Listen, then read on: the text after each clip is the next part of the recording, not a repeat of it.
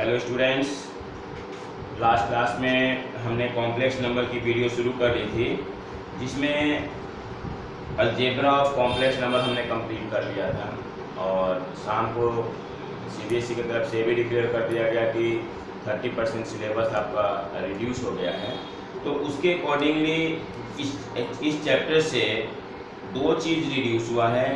एक तो polar representation और दूसरा जो रिड्यूस हुआ है वो square root of complex number. तो बाद की बात है, हम उसको नहीं इसमें करेंगे डिस्कस, लेकिन उससे पहले जो हमने मॉड्यूलस और कंजुगेट डिस्कस किया था, उसके बाद हमारे पास एक कॉन्सेप्ट था मल्टीप्लिकेटिव इनवर्स। मल्टीप्लिकेटिव इनवर्स का मतलब रेसिप्रोकल होता है। तो आज के इस वीडियो में हम डिस्कस करेंगे कि how can we find the multiplicative inverse of a complex number, and for this there are two way and I will discuss on both way. Number one is direct formula and number two is step by step calculation of multiplicative inverse. So now let's start. ये multiplicative inverse है। जैसे मैं आपको बता दूं कि z का multiplicative inverse यानी कि multiplicative inverse of z,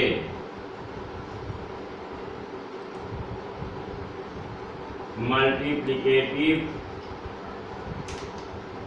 inverse of z जो होता है वो 1/z होता है, और 1/z को हम लिख सकते हैं z का पावर -1, z का पावर -1। तो इसको निकालने का दो फॉर्मूला है। एक तो z के पावर -1 निकालने का फॉर्मूला है z into Z conjugate upon mod z का स्क्वायर। ये कैसे आया ये भी मैं आपको बता दे रहा हूँ। जैसे कि हमने देखा कि 1/z की हमें वैल्यू निकालनी है। z के पावर -1 का मतलब हो गया 1/z। अब अगर मैं इसको z कंजुगेट से ऊपर नीचे मल्टीप्लाई कर दूं, और ये z कंजुगेट से मल्टीप्लाई करने का मतलब मैं आपको समझा दे रहा हूँ। आपको याद होगा हम लोग रेशनलाइज करते हैं। तो रेशनलाइजेशन में क्या होता है, a प्लस b है तो उसको हम a माइनस b से ऊपर नीचे मल्टीप्लाई करते हैं। तो उसी तरह से कॉम्प्लेक्स नंबर z अगर हमारे पास x प्लस आयोटा y है तो उसको हम उसके कंजुगेट यानी x माइनस आयोटा y से ऊपर नीचे मल्टीप्लाई करेंगे। उसको मैंने यहाँ पर कंजुगेट ले लिया, z कंजुगेट अपॉन में z कंजुगेट। अब z कंजुगेट को जब आप 1 से मल्टीप्लाई करोगे तो you will get z conjugate, और नीचे जो है वो यहाँ पर गलत हो गया है, z conjugate upon mod z का स्क्वायर की ओर होता है। तो जो z इंटू जेड कंजुगेट आ गया हमारे पास, z इंटू जेड कंजुगेट, और z इंटू जेड कंजुगेट हमने पढ़ा था प्रॉपर्टीज में कि मॉड z का स्क्वायर होता है। तो z कंजुगेट अपॉन में मॉड z का स्क्वायर आ गया। तो ये हमारा z इनवर्स निकालने का फॉर्मूला हो गया z कंजुगेट अपॉन में मॉड z का स्क्वायर। तो मेरा कहने का मतलब है कि या तो हम ये डायरेक्ट फॉर्मूला लिख लेते हैं, या जो मैं आपको यहाँ पर प्रोसेस बता रहा हूँ उस प्रोसेस से कर लेंगे। लेकिन प्रोसेस से करना ज़्यादा बेहतर रहेगा। ये मैं आपको इन्फॉर्मेशन के लिए बता दिया। तो मैं अब आपको एक क्वेश्चन बता रहा हूँ कि कैसे हम क्वेश्चन को सॉल्व करेंगे। ये इतना आपका प्रॉपर्टीज है, इसको आप ध्यान रखना। मल्टीप्लिकेटिव इनवर्स निकालना हो तो आपको यही काम करना है। अब हम बात करते हैं क्वेश्चन की। तो आपके पास क्वेश्चन है,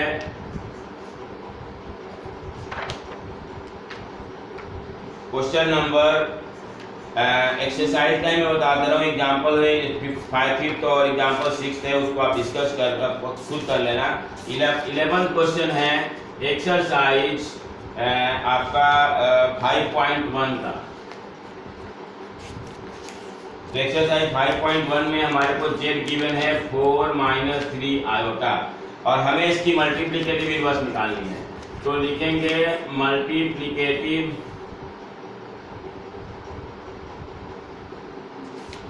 inverse of 4 - 3 iota is equal to 1 upon में 4 - 3 आयोटा। मल्टीप्लिकेटिव इनवर्स का मतलब रेसिप्रोकल होता है। अब आपको इसे स्टैंडर्ड फॉर्म में लिखना है। तो स्टैंडर्ड फॉर्म में लिखने के लिए आप क्या करोगे, इसका आयोटा का साइन चेंज करके यानी कंजुगेट लेकर के ऊपर नीचे मल्टीप्लाई कर दोगे। अब आपको न्यूमरेटर में 1 से जब इसको मल्टीप्लाई करोगे तो एज इट इज रहेगा वो 4 + 3 आयोटा, और डिनोमिनेटर में अगर आप ध्यान से देखो तो a - b into a + b और ये होता है a का स्क्वायर और माइनस 3 आयोटा यानी b का स्क्वायर। तो 4 plus 3 iota it's okay and denominator is 4 का स्क्वायर 16 और ये माइनस 9 इंटू आई स्क्वायर। तो 4 प्लस 3 आयोटा और 16 और प्लस में 9 और 16 प्लस 9 आपका 25 हो जाता है। फिर हम दोनों में अलग अलग करके लिख देंगे 4/25 प्लस आयोटा 3/25। ये हमारा आंसर हो गया in standard form. So this is the way to find the in multiplicative inverse of complex number.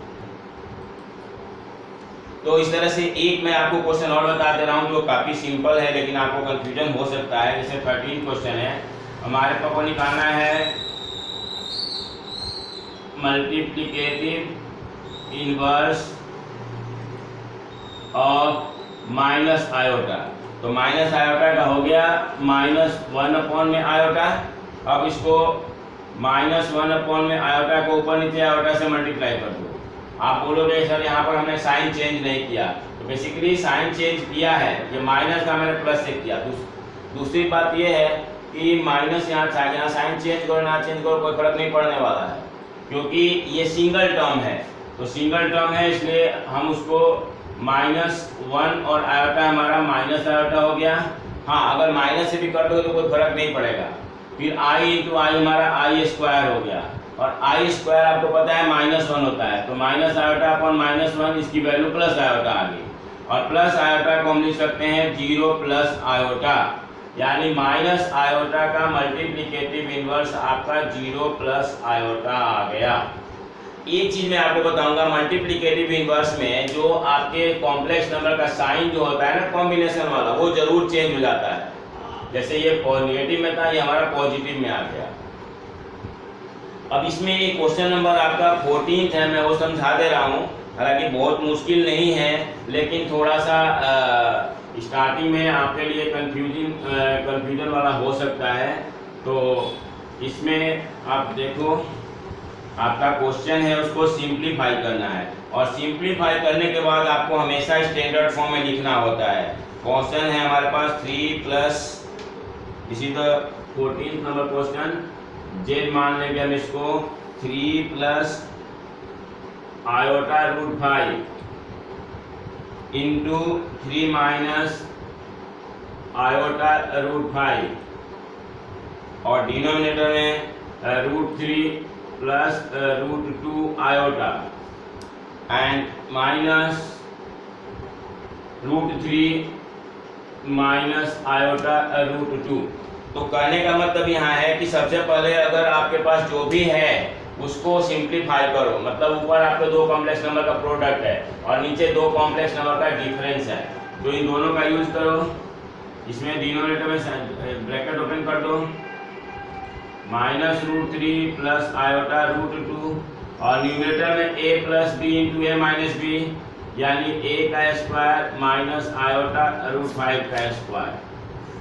Denominator में आपका √3 से √3 कैंसिल हो गया और √2 आयोटा और √2 आयोटा हो गया 2 √2 आयोटा एंड न्यूमरेटर में हो गया 9 और -5 आई स्क्वायर, और आपको पता है आई स्क्वायर माइनस हो जाता है, तो ये हो गया 9 प्लस 5 और अपॉन में 2 √2 आयोटा।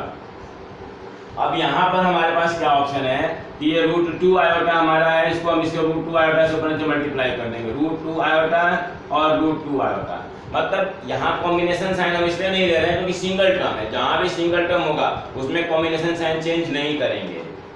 देन अब आपको 9 प्लस 5 14 होता है और √2 आयोटा हो गया और नीचे एक 2 है और √2 इंटू √2 भी हमारा 2 हो गया और i इंटू आई जो है वो i का स्क्वायर हो गया।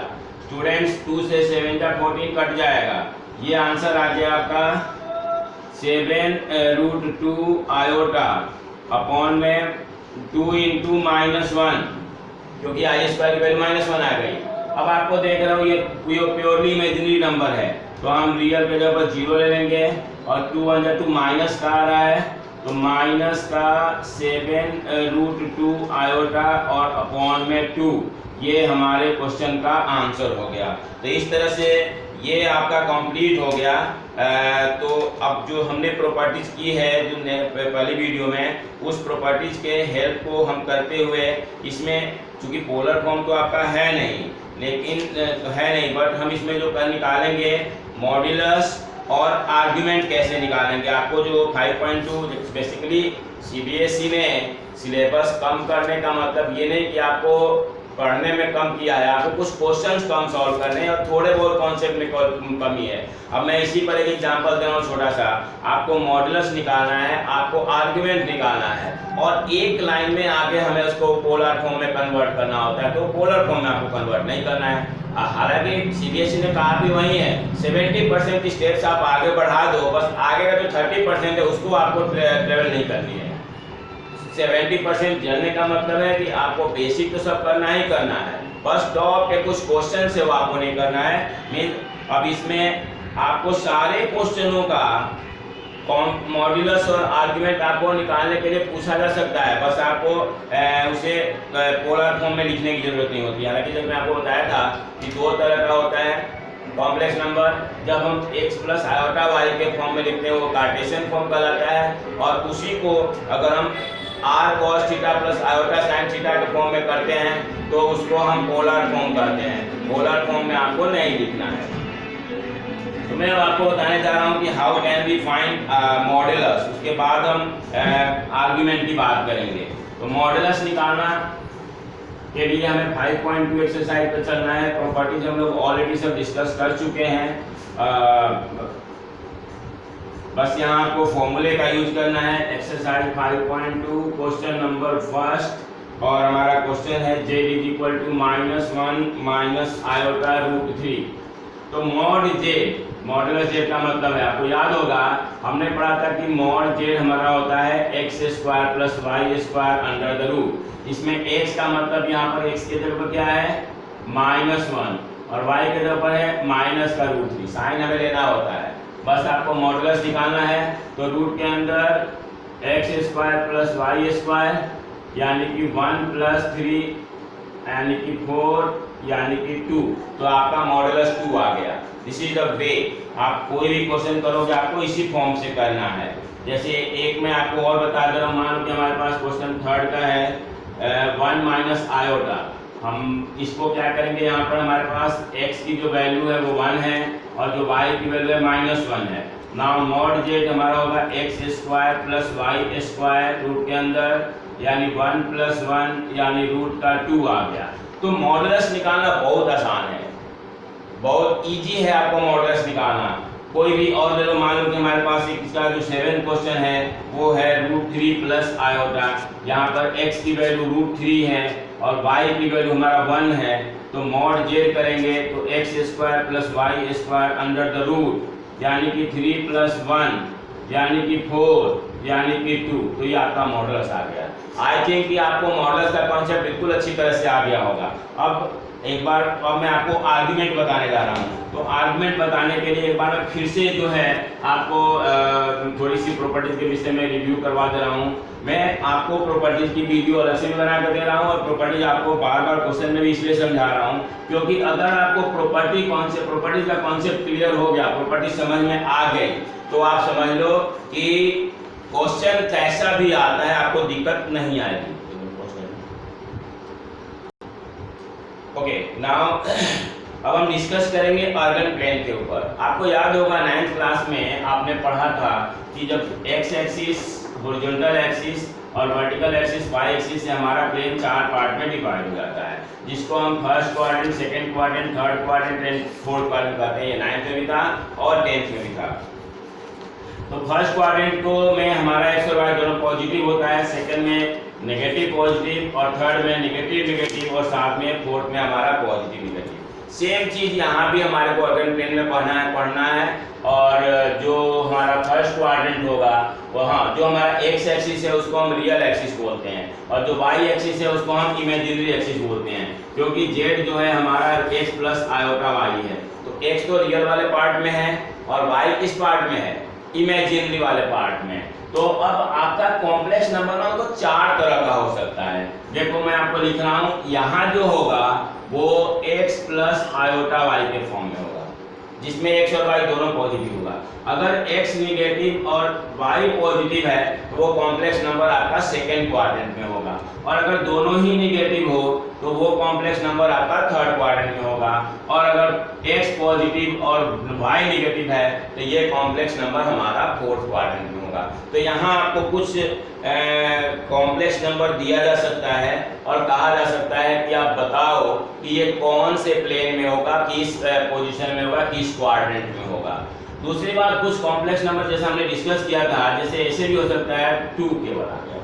2 is also a complex number, तो 2 का मतलब हो गया 2 प्लस आयोटा 0, और आयोटा 0 का मतलब हो गया यहाँ y की वैल्यू 0 है। तो आप याद करके मुझे बताओ कि कौन से एक्सिस पर y 0 होता था और कौन से एक्सिस पर x 0 होगा, क्योंकि कॉम्प्लेक्स नंबर आपका ऐसे भी हो सकता है 2 प्लस 3 आयोटा।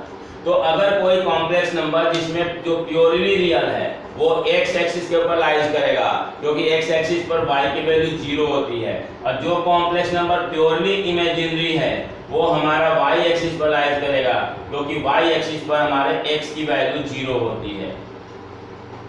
तो इस तरह से ये हमारा कॉम्प्लेक्स नंबर है जो इस तरह से हमारे को presentation of complex number on Cartesian system है कि कार्टेशियन सिस्टम पे हम कॉम्प्लेक्स नंबर को कैसे प्रेजेंट कर सकते हैं।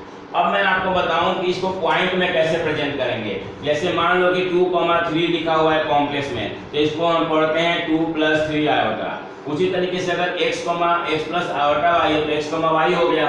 अब अगर मैं यहाँ पर पॉइंट ले लेता हूँ जो x और y है, तो यहाँ से परपेंडिकुलर ड्रॉ, यहाँ हमारा कोऑर्डिनेट हो गया x और y, और इस x और y कोऑर्डिनेट का मतलब होता है कि जो x एक्सिस है ना, ये x एक्सिस से यहाँ पर हम परपेंडिकुलर लाइन ड्रॉ करेंगे तो ये जो लेंथ है वो y होगा, और यहाँ से अगर हम y एक्सिस पर परपेंडिकुलर लाइन ड्रॉ करते हैं तो ये जो होगा वो x होगा।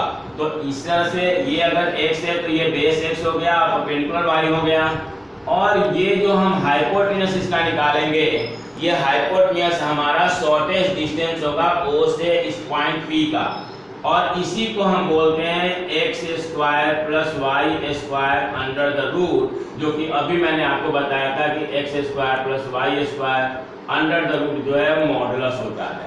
यानी modulus of a complex number, आप ध्यान से सुनो इसको, modulus of a complex number is the magnitude of the distance of their point representation from a origin। यानी कॉम्प्लेक्स नंबर जो भी है, जैसे 2,2 प्लस 3 आया है तो इसका पॉइंट हो गया 2 और 3। उस 2 और 3 को अगर हम क्वाड्रेंट में प्लेस करते हैं तो उस पॉइंट का ओरिजिन से जो डिस्टेंस होगा वही उसका मॉडुलस होगा। जैसे मैं आपको यही समझा रहा हूँ, मान लो कि ये हमारा नंबर जो है वो 2 प्लस 3 आया है, यानी कि 2,3 हो गया 2, और ये पॉइंट हो गया हमारा 3, तो यानी हमारे को ये हो गया 3 और ये बेस हमारा हो गया 2। तो बच्चों अगर x square plus y square की वैल्यू निकालोगे, यानी 2 का स्क्वायर प्लस 3 का स्क्वायर करोगे तो 2 स्क्वायर प्लस 3 स्क्वायर यानी 4 प्लस 9, और 4 प्लस 9 कितना हो गया √13, यानी कि ये हमारा ओरिजिन से ये जो डिस्टेंस है वो √13 के इक्वल आ गया, और वहीं यहाँ पर अगर आप मॉडुलस निकालते हो तो वहीं आता है। अब मैं ये आपको जो फाउंडेशन बता रहा था ये आपको मैं आर्गुमेंट के लिए बता रहा था। आर्गुमेंट क्या होता है, तो जो ये लाइन हमारी ओरिजिन वाली जा रही है, ये लाइन x एक्सिस के साथ जो एंगल बनाता है उसको हम अल्फा कहते हैं, और वो अल्फा जो हमारा एंगल हो गया उससे हम क्या करेंगे कि इसका tan निकालेंगे, यानी कि tan अल्फा। तो tan अल्फा आपको पता है कि परपेंडिकुलर अपॉन में बेस होता है, और ये हमारा x है, ये हमारा y है, तो y अपॉन में x आ गया, यानी अल्फा इज इक्वल टू हो गया tan inverse y upon x, और ये हम मॉड में लेते हैं। मॉड इन द सेंस इसलिए क्योंकि ये पॉइंट हमारा फर्स्ट क्वाड्रेंट में भी हो सकता है, सेकंड क्वाड्रेंट में भी हो सकता है, थर्ड क्वाड्रेंट में भी हो सकता है, और फोर्थ क्वाड्रेंट में भी हो सकता है। चारों जगह के लिए हमारा वैल्यू अलग अलग आएगा, लेकिन हम इसको अल्फा जो हमारा अल्फा होगा वो tan inverse y by x को हम पॉजिटिव यानी एब्सोल्यूट वैल्यू लेकर के डिस्कस करेंगे। अब अगर मान लो हम यहाँ पर लिख रहे हैं कॉम्प्लेक्स नंबर,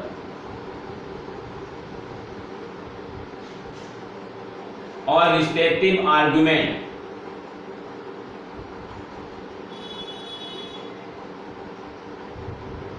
मतलब हम उसको किसी भी कॉम्प्लेक्स नंबर का आर्गुमेंट कैसे निकालेंगे। तो हमारा चार तरह का कॉम्प्लेक्स नंबर हो गया। एक हो गया हमारे को x प्लस आयोटा वाई, दूसरा हो गया minus x plus iota y, तीसरा हो गया minus x minus iota y, और चौथा हो गया x माइनस आयोटा वाई। ये चारों जो है हमारे चार क्वाड्रेंट में, first, second, third and fourth, ये चारों चार क्वाड्रेंट में है। तो जो फर्स्ट क्वाड्रेंट में है उसमें तो जो अल्फा ये आएगा ना, थीटा की वैल्यू हमारे सेम एज अल्फा हो जाएगा। हम आर्गुमेंट को यहाँ थीटा से रिप्रेजेंट कर रहे हैं, आर्गुमेंट को हम किससे रिप्रेजेंट कर रहे हैं, थीटा से। तो जो ये वैल्यू आएगी, ये वैल्यू कैसे निकलती है मैं आपको बताऊंगा क्वेश्चन करते समय। तो ये हमारे को एज इट इज लेना होता है। लेकिन जब हमारा कॉम्प्लेक्स नंबर सेकंड क्वाड्रेंट में होगा, यानी अगर यहाँ होगा तो आपको याद होगा मैं ट्रिको में पढ़ाया था, यहाँ पर हमारे को थीटा होता है, यहाँ पाई माइनस थीटा होता है, यहाँ पाई प्लस थीटा होता है, और यहाँ 2 पाई माइनस थीटा होता है। लेकिन एक चीज आप ध्यान रखना, आप अपने बुक में देखो, आपको पेज नंबर 106 पे समझाया गया है कि वैसे तो थीटा हमारा 0 से 2 पाई होता है पूरा, लेकिन कॉम्प्लेक्स के लिए हम माइनस पाई से पाई में चलते हैं। तो माइनस पाई से पाई में चलने के लिए हमें क्या करना पड़ेगा, ये थीटा सही है, ये भी ठीक सही है। लेकिन हम यहाँ आने के लिए ना यहाँ से इतना घूम करके नहीं आएंगे, क्या करेंगे, यहाँ से सीधे इधर नीचे की तरफ आ जाएंगे।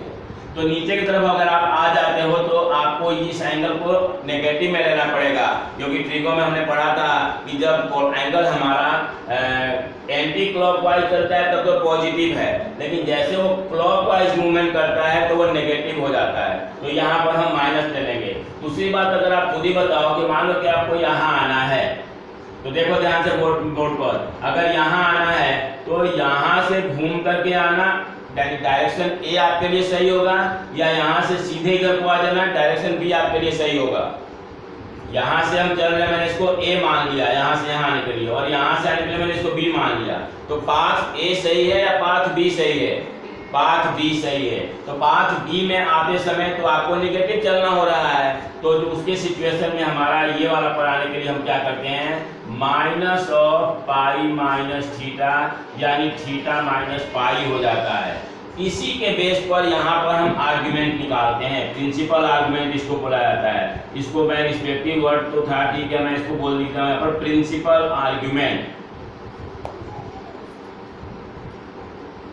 प्रिंसिपल आर्गुमेंट, तो फर्स्ट क्वाड्रेंट में तो अल्फा हो गया, सेकंड क्वाड्रेंट में आपका थीटा जो होगा वो पाई माइनस अल्फा होगा, थर्ड क्वाड्रेंट में आपका थीटा जो होगा वो अल्फा माइनस पाई होगा, जैसा यहाँ पर थीटा माइनस पाई लिखा हुआ है, और फोर्थ क्वाड्रेंट में आपका माइनस का अल्फा होगा, जो भी आएगा।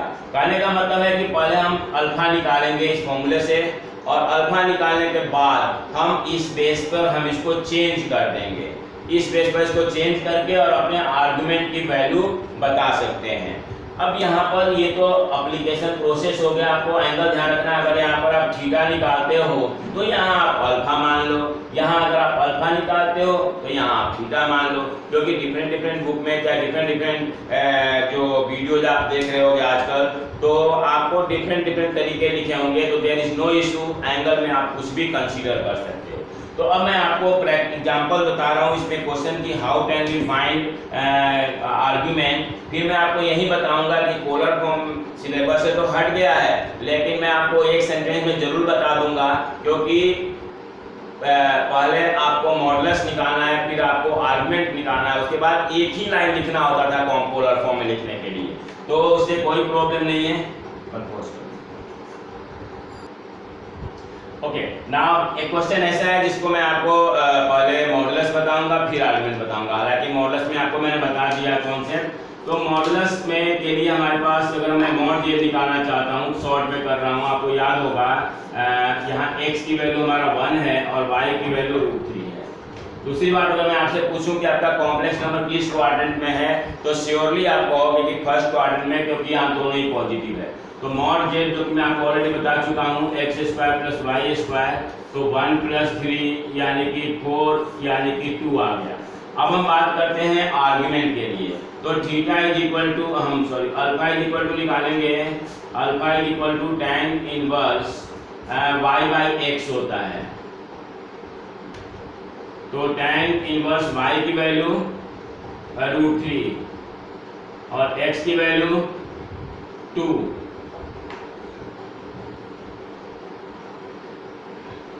x की वैल्यू 1,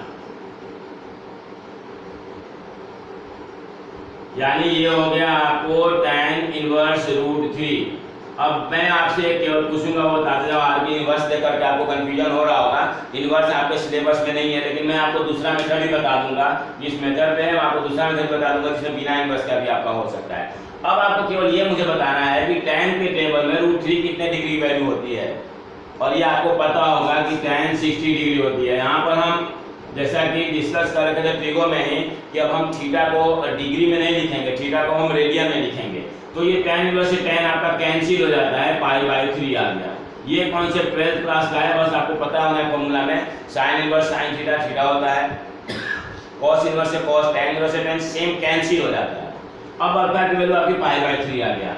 अब हमारा सिंस जो z कहाँ लाइज कर रहा है, since z lies on first quadrant,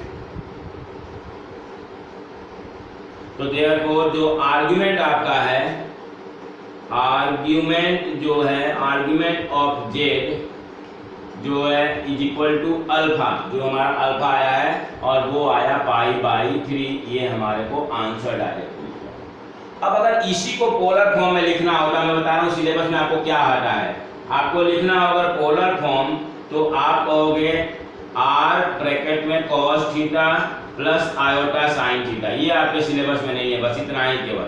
r की वैल्यू जो mod z है ना, उसको हम r कहते हैं, वो हमारे को 2 मिल गया।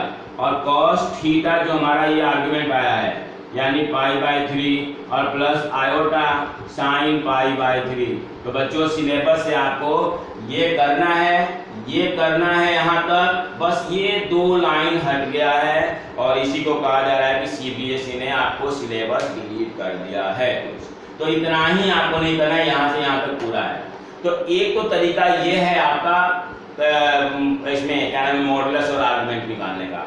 अब मैं आपको इसी क्वेश्चन को एक बार दूसरे मेथड से बता रहा हूँ, ध्यान से सुनो। सेम हमारा क्वेश्चन है, ताकि आपने देख लिया है, आपके सामने इसका जो आंसर है वो आ चुका है। आप इसके आंसर को टैली करोगे वो भी आपको मिल जाएगा।